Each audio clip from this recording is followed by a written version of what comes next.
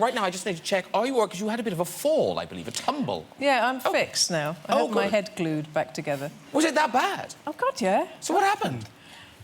It's a bit embarrassing. I was... Talk slowly. I've got this dog, and I took it out. I'd had a few glasses. And I took the dog out for a walk late at night, and up and down the street, and I leant against this railing, and it turned out to be a gate, and it went straight down.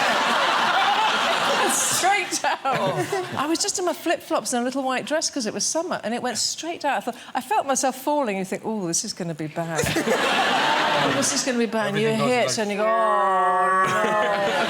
And I thought, really?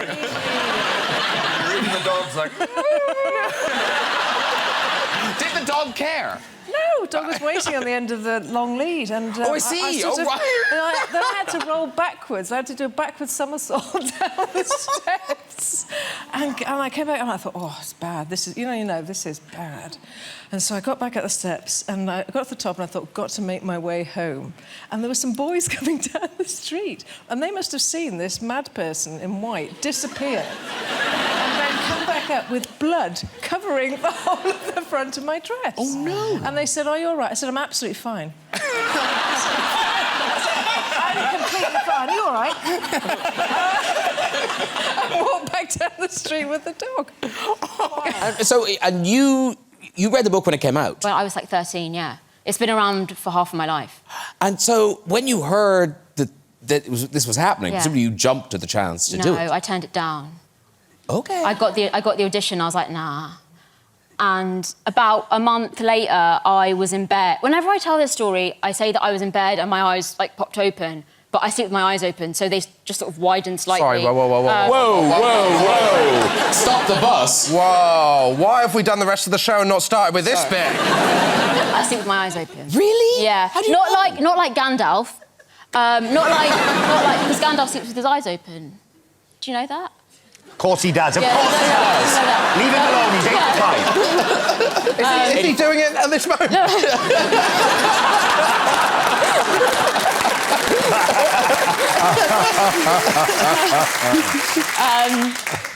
But yeah... No, we need to know more about this. Oh, sorry, I don't know what else there is to say. I sleep with my eyes open. Not like... Mostly it's not fully, it's usually just like... Oh, so there's nothing weird then? Have you always slept with your eyes open? Yeah, since I was a baby. As a kid, I mean, I've got two small kids. If I went in the room and they were just sleeping like that looking at me, I'd be doing an exorcism. My mum says I used to do it as a baby, and she was a bit freaked out by it, but she just sort of, she was like, probably fine. So is it easier? Do we have to try and shut our eyes? Yeah, I actually find it really hard to close my eyes fully. I feel like my eyelids aren't big enough for my eyeballs, so, like, if I do that, I'm, like, really actively thinking about it. Like, if I'm just relaxed, I'm sort of like... I have really dry eyes. Huh? What are we doing here? We should be making a Channel 5 documentary. Yeah. The woman who doesn't blink. Sorry, I have very lively dreams. Huh? I don't remember my dreams, Ian, actually. No. Too busy looking at a bedroom ceiling. Yeah, that needs painting. If someone did that, if you, say, fell asleep on a train, would you, like... I wouldn't see anything. Like, my vision is still impaired when I'm sleeping, but I actually have very little information for you about this condition.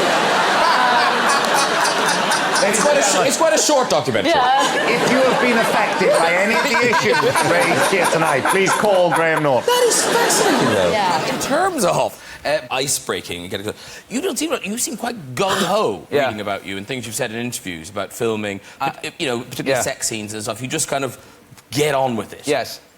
Is that fair? That is fair. Although I think they're quite tricky. I don't know. I don't like them very much. Sex scenes are awkward. No, it's not funny. They're very serious things. No, they are quite awkward. It's quite awkward. And it's because it's a very strange and bizarre thing to be doing. It's not a normal situation to be going, hello, I'm Ewan. And I'll be...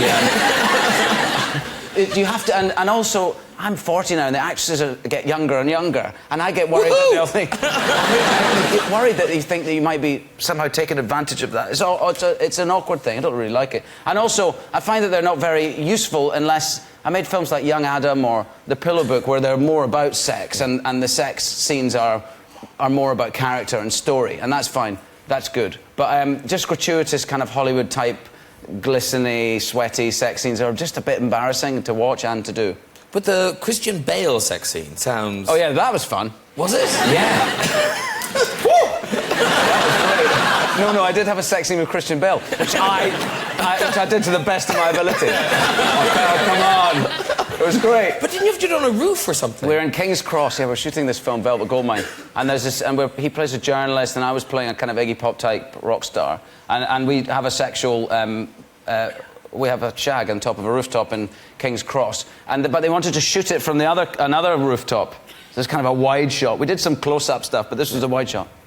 And Todd Haynes was the director, and I don't know whether we heard the kind of action, so we started quite slowly. With Batman like that, right? And the film crew were on the other side, and then it went on and on. And it was really going now. That's it. Reach around.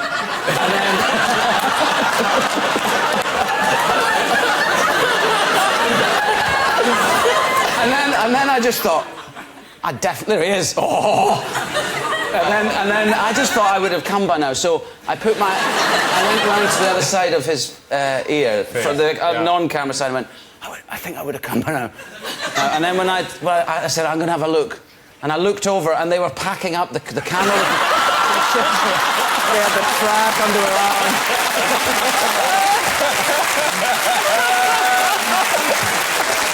They must have gone really quietly, you know. Did anyone ever talk about it afterwards? Was it just kind of like... I think they thought it was a sensitive thing, they should just leave us to it. There's nothing wrong with... Cut! There's nothing wrong with that. I hear you met a very important person, a VIP. Oh, yeah. Yeah. I was staying in the same hotel. I'd been there for about 3 months, on and off. And I was walking through the reception one morning to go to work, and the manager came out and he said, Mr. Gallagher, can I just have a word? And I was like, oh, what? And he said, get in the office. And I was like, oh, shit. So I kind of think, I wonder what I've been smoking in the room again. And he said, oh, I don't want to alarm you. He said, but you may get a visit over the weekend from the Secret Service. And at that point, I took my sunglasses off and was like, what?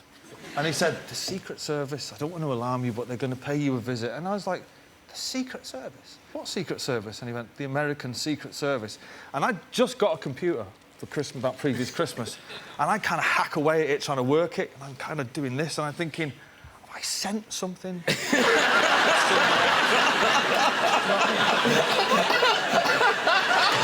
there someone in one of those, like, Thunderbirds big screens going, what's that? And I was like, the Secret Service, and they said, well, you know, they're coming in with a very special guest, and he usually takes up all the top floor. He said, but I've told him there's a celebrity here from England and I can't move him. And I was like, oh, right, brilliant. And I said, who is it then? And he said, well, I can't say. And I was going, oh, come on, who is it? Is it Obama? You know, is it Bill Clinton?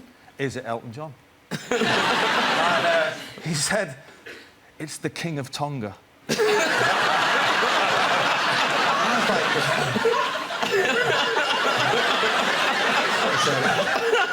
So there was just me and him on the whole of this floor and the CIA. But when I finally got to meet the king, now I don't know whether I watched too much Scooby-Doo, which I probably do. But I thought he'd have a grass skirt on. And I did.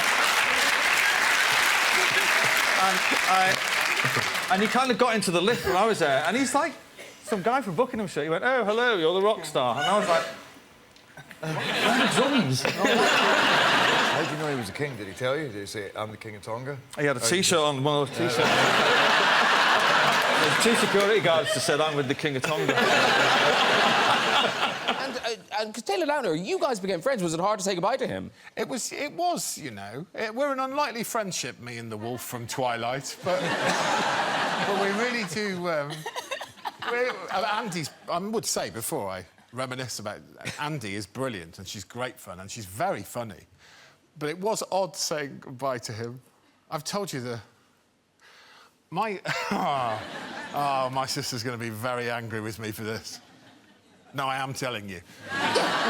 So my sister, when the Twilight films were out, was like a lot of people of a certain age, I think, when the Twilight films came out, in that she developed sexual fantasies for a vampire and/or a wolf. And when she found out that Taylor was on the show, she was so overexcited, but she had 2 young children, so she could never, across 3 series, she could never come and meet him. And I realised when they said that Andy was taking over that she was never going to meet him. And I thought that's a shame for her fantasies not to be fulfilled. So I FaceTimed from the set, and I told Taylor to get ready, and he was standing out of shot. And she... we have a Davis family rule. If someone rings in the day, it means someone's died, you know. So she instantly went, "What's wrong? What's wrong?" And I went, "It's all right. Everything's fine." She went, "Oh, good, OK." She said, "What do you want?" And I said, "Well, a little surprise for you. Who's this?" And I went, and Taylor went, "Hey, Sean." And my sister went, "Yep, hello." and you could see his face drop, and he went, "Are you OK?" She went, "Yep, fine, thank you. You?" And he went, "Yeah, no, I'm great, yeah, I'm great." And I went... And he went, "I'm going to go back onto set." She went, "Yep, OK, good luck." And I sort of hung up, and then I waited till he'd gone, and I rang her back, and I went, "What the hell?" And she went, "Greg, I was having a poo."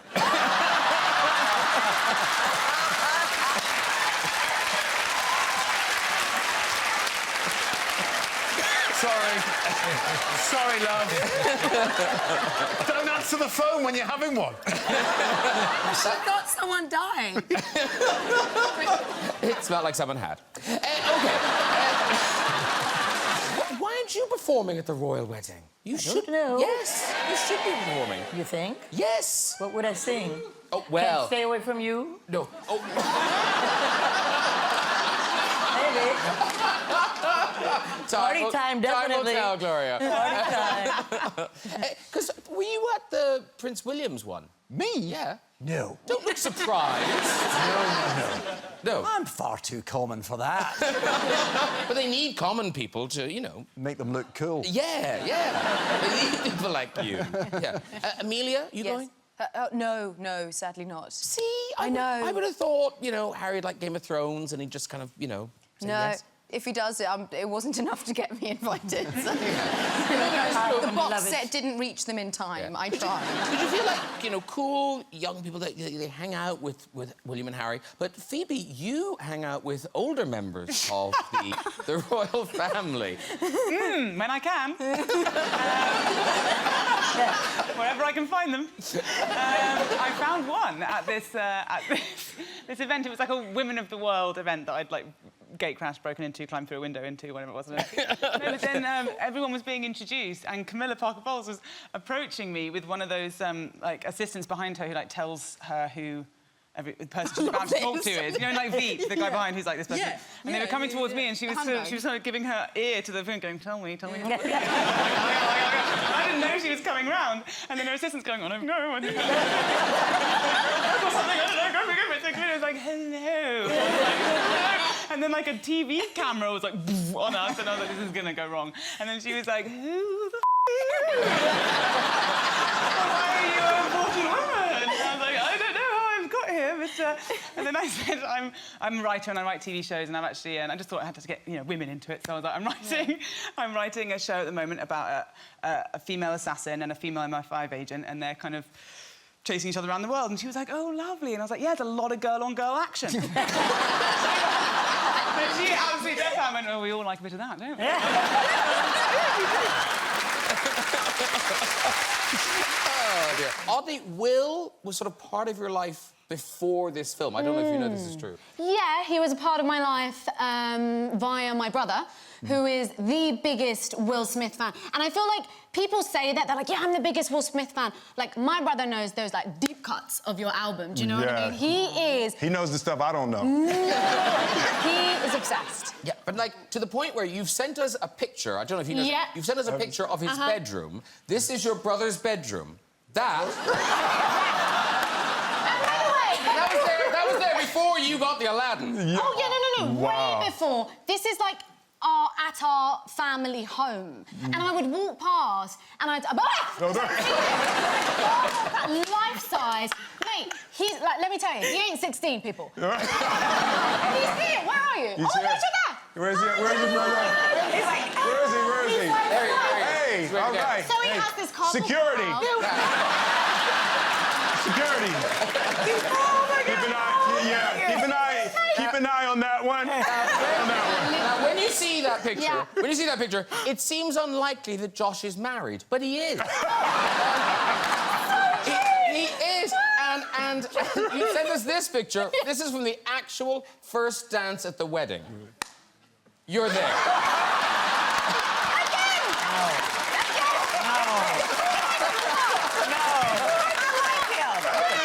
And his first dance was getting jiggy with it. No! That was your first dance! Wow. All right. I just want to back roll up. Back, yeah. Security! This is serious! Don't ignore this! Oh, my God. But now, oh, that's hilarious. That is the central, I suppose, story of the book, is your marriage to Lord Colin. Yeah, to Colin. And, I mean, quite early on... I mean, I know what you're going to ask me. What my mother told me about sex. Oh, I wasn't, but feel free. I thought that's what you were sort of... No, no. Come on, tell us. Well, it is absolutely... well, I was 11 and I was being... my mother was taking me to boarding school for the first time, and I suppose she felt she had to tell me something, you know. And she said... boarding school? 11? Is that what happened? Well, the thing was, she said, you know when Biscuit was her dog... Biscuit? When blood... It's also a dog. Well, when blood comes out of Biscuit's bottom... Yes. That's what's going to happen to you shortly. And also, when Daddy's Labrador gets on top of Biscuit, that's going to happen when you get married, but you'll probably be lying in a bed. And that's all I'm saying. I must have some water. Is this my... Yes, that's yours. I may have to have a huge thing of vodka. Well, in a way, it prepares you for life. Well, it sort of did. No. Do you want me to go into my honeymoon now? Yeah. Please do. Please do. We're on a roll, Lady and Connor. Well, Chadwick looks shocked. I do, because the thing was that when I wrote this book, people thought it was going to be a little lavender sort of scented memoir. And I said, well, actually, I'm afraid it's not going to be. And then everybody said, oh, I'm going to buy it for my mother. And I said, well, I'm not sure. I do hope your mother's broad-minded. I've sent it to mine. Well, I think mothers are rather broad-minded. Yes. Anyway, Colin and I had the most fantastic wedding at Hoke. I was treated as a son. There were 3 tents, I had 3 wedding cakes. And Tony Snowden took my wedding photographs, and my father rather rudely called him Tony Snapshot, which I think we actually never forget. And anyway, there I was, having had this amazing wedding, wonderful wedding dress and everything like that. And we were going to Paris for my honeymoon, and we arrived very late at night at the Lottie Hotel, and went up to the, I imagine, the sort of bridal suite. Well, he lay down and went to sleep. And that was my honeymoon. I mean, what I've been longing for, a night of passion, you know. Yes. Anyway, and then the next day we went to the Louvre or something. And then Colin said, I was frightfully bored by that. And then Colin said, well, I've got a great treat for you. And so I was absolutely thrilled. I thought dinner at the Ritz, you know. And I put on my best dress, all that sort of thing. We got into the car. And I did rather see, I saw the Ritz miles away, but off we went to the outskirts. And we stopped at this really seedy hotel. My heart sank. I thought, up we went to this room, and there were 2 seats. They were wing-backed. Velvet seats. And so I sat, and on the bed were 2 really disgusting people making love. I was sort of squelching about, and I didn't know what to do. So I sat back in my chair, closed my eyes, and I simply didn't want to look at Colin. I didn't know what he was doing. You know. Anyway, I sat there, and then they kept on saying, would you like to join in? And I I said, well, look, it's very kind of you, very polite of you. It's terribly kind of you. But I really don't know. No, thank you. No. And eventually, thank God, they finished what they did. And left the room. And I did say to Colin, I can't think, Colin, why you took me. Why you thought... He said, I thought it might... You know, I was a virgin, you see, because they all were. What the hell? And I didn't think Colin ever made love to a virgin, because he used to go off to... it was a brothel. Yeah, it's probably a brothel. You'll know it, Eleanor. You know. Very upmarket brothel. Yeah. So I think it was safe to say Colin was a colourful character. Well, he's... Alan, I don't know if you have met the royal family, but I want to talk to you about meeting musical royalty. Oh. Because you met Celine Dion. Ah. Wow. Huge Celine Dion fan. How did this happen? Well, here I go again, name-dropping Adele. But,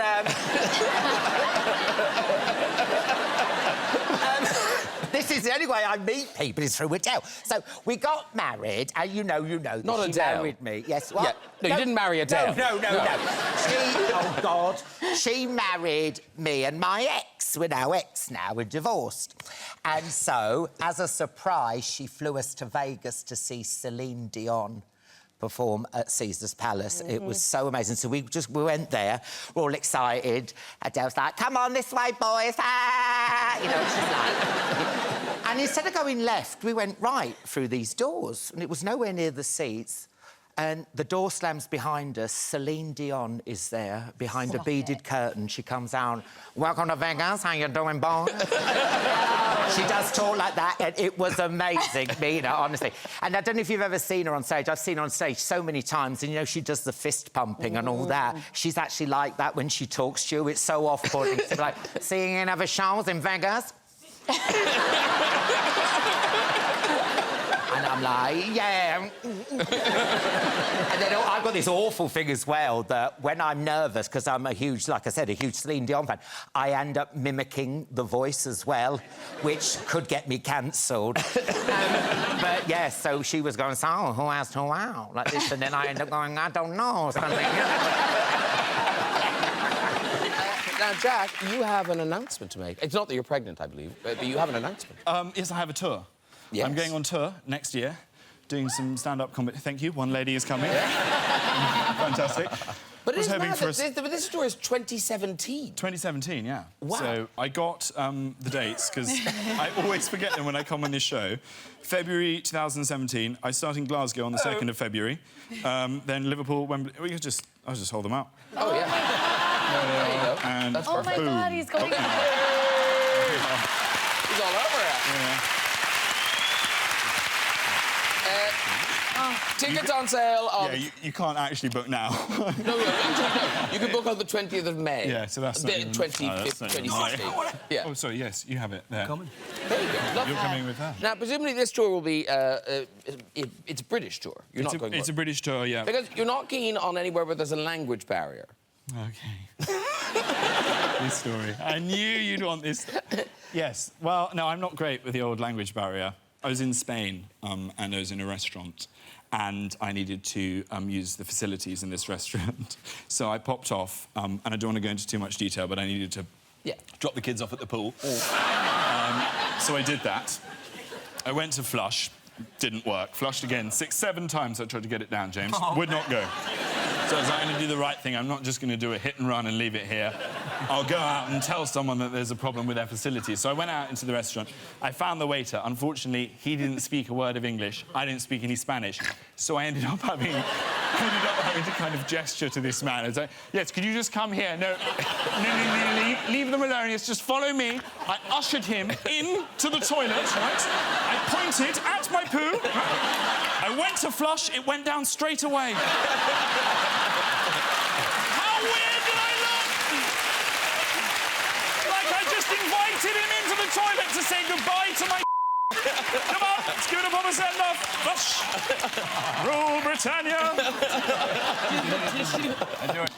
Can we fly in a tissue for this young woman? Oh, yeah, can we... a tissue... Where's the bodyguard? I've made her lactate. We need some... Oh, no, oh, my God, I'm so organised! Wow! Is it weird that you've got a box of tissues right beside your computer? I think it's very odd. Welcome to my home.